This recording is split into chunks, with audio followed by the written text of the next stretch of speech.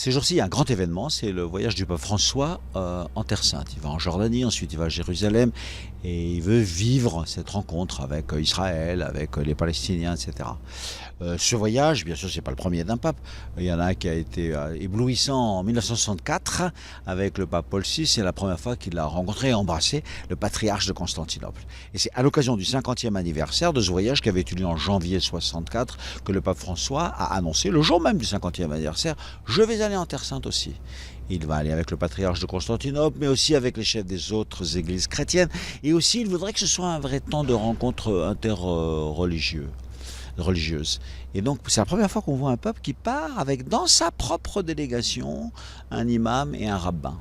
On sait les amitiés profondes qu'il a entretenues avec les juifs dont il était à Buenos Aires et son estime des musulmans qui cherchent Dieu aussi à leur manière, selon leur propre chemin. Et donc, ils font ce voyage ensemble. Entre-temps, bien sûr, en l'an 2000, il y a eu le très beau voyage qui reste dans nos mémoires du pape Jean-Paul II, puis le voyage du pape Benoît XVI. Donc maintenant, ça s'inscrit comme dans une tradition. Mais là, il y a vraiment un anniversaire à fêter. Cependant, en plus, il a demandé une attention particulière, qui est dans nos cœurs à peu près tout le temps d'ailleurs. Et il a dit, écoutez, c'est vraiment un endroit qui est un lieu de paix. Vous savez, par exemple, Jérusalem, ça veut dire vision de paix. Celui qui a construit ça, c'était Salomon. Salomon, ça veut dire la paix. Salam, shalom, etc.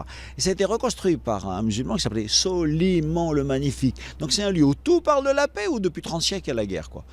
Donc vraiment, c'est un endroit où il faut prier pour la paix. Alors il a demandé que dans la nuit du 23 au 24 mai, il y ait une nuit de prière pour la paix partout.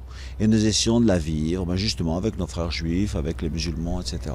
Alors, je vous invite à être unis à cette très belle démarche du pape François, et puis à prier le Seigneur pour que ça porte vraiment des fruits de paix.